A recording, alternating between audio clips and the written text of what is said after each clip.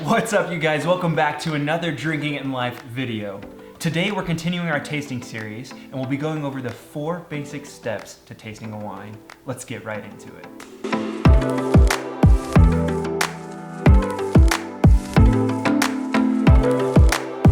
So today we're drinking a Right Bank Bordeaux blend, so it's gonna be mostly Merlot. And the very first step to any wine tasting is gonna be sight. We wanna look at the wine. And the first thing, the most fun thing, is we're gonna swirl it here.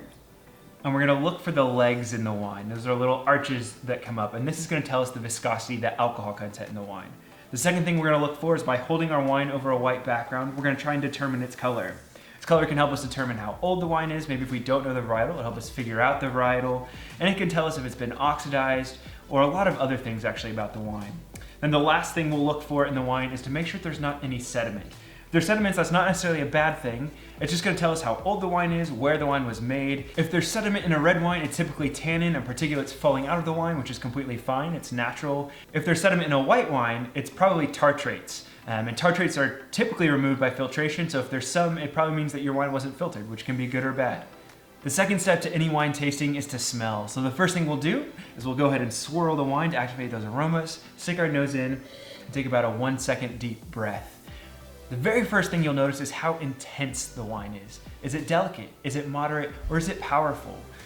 And now we're gonna get into some of the nitty gritty. And for that, I just wanna let you know there's links below that will describe in depth all of these characteristics I'm about to go through.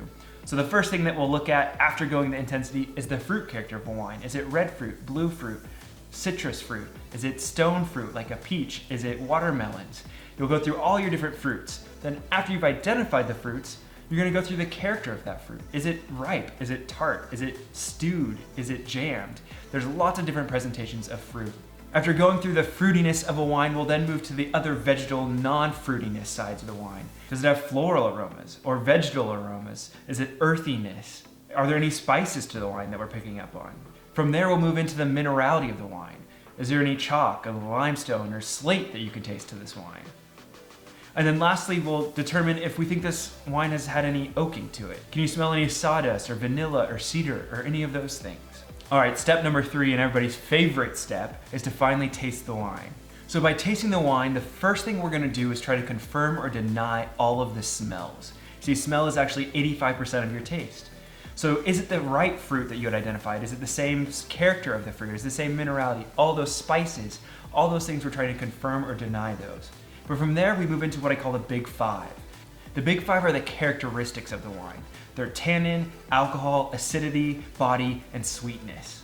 Now, each one of those will get their own video to determine how do we pick up on those in a wine, but just know that they all vary on a scale from low to high, or from delicate to powerful. And those are very key in how our mouth and how our body picks up on this wine. And those are gonna be key of whether you like it or not. And you might find that you like wines that, let's say, have a medium acidity with high tannin. This will be helpful for you trying to determine what wines you might like in the future. Now you might be thinking to yourself, Jonah, after I taste a wine, what else could there be to it? How's there another step? Well, the 4th step to a wine tasting is the nobility of the wine, and that's how it makes you feel. So you have to recognize that different circumstances with different friends, with different foods, if you're at the winery or just at your house or at a restaurant, all those things will weigh into your feelings and your perception of the wine in hand. So the wine that you taste at the vineyard might not taste the same when you finally bring it back to your house.